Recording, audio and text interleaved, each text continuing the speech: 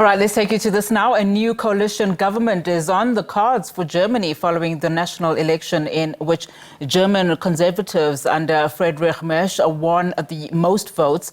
The most likely outcome in a coalition between the conservative bloc and outgoing Chancellor Olaf Scholz's Social Democrats, the SPD, who came in third. Now, Trent Murray is live for us in Berlin with the very latest. Trent, good afternoon to you. So, of course, a number of issues to discuss. So, Merz reportedly facing complex and lengthy coalition negotiations going forward. What does the potential coalition between the Conservatives and the SPD mean for Germany's future?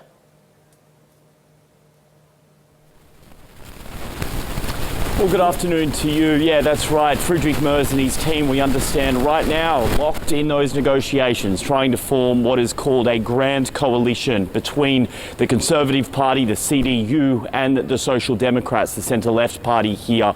It really was the only path forward for Mr. Merz because of the way the arithmetic has worked out with how those votes have come through. He has said he doesn't want to work with the far-right party, the AfD, and so that really only leaves him with the opportunity to work with his political opponents, actually, the Social Democrats.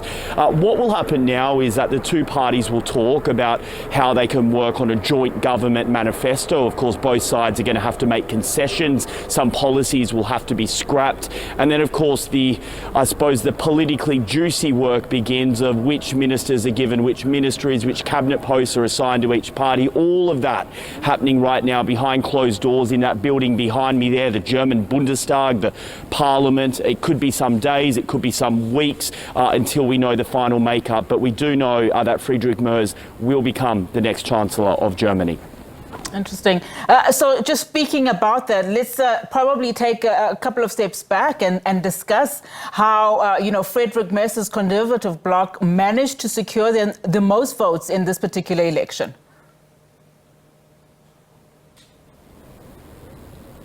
Well, look, this is one of those elections where it's been very interesting because the pollsters were more or less bang on the money with their predictions. They said that the CDU would come in at around 30%, and they were off by only 0.8 points or something. It was about 29.2. I think in many ways the shape of the German economy right now is what drove voters back towards a Conservative-led government. We know Germany is about to approach its third year of economic contraction. That's the worst period of economic activity since the end of World War II.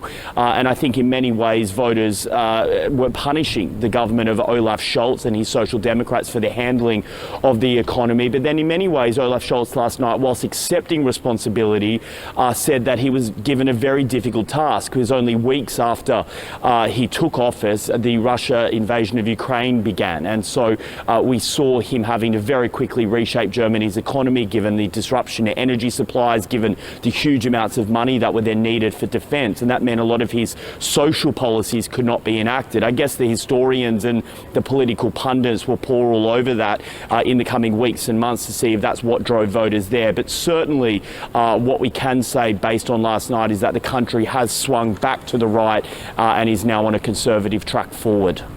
And just staying on, those mathematical certainties, as you said, and the finance issues, the elections do come as Germany grapples with the effects of the shrinking economic activity for 2 straight years now. Can we expect any significant policy shifts under this new coalition government, whichever way it goes?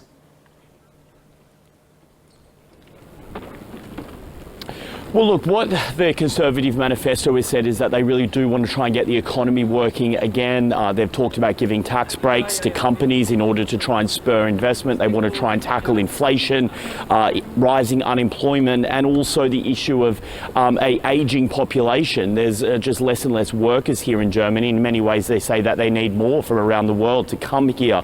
And so I think that's what Friedrich Merz will have to grapple with now, just how much of that sort of conservative economic agenda Now, can he push through if he has to partner with the centre-left Social Democrats, which really goes against their political mantra? It will be a difficult negotiation, but I guess what we should say is that this isn't unusual for Germany. It's a bit of a quirk of the system here that no one party ever governs on its own. It's always a coalition, and this makeup of, they call it the black-red, the Conservatives and the Social Democrats, that's their respective party colours.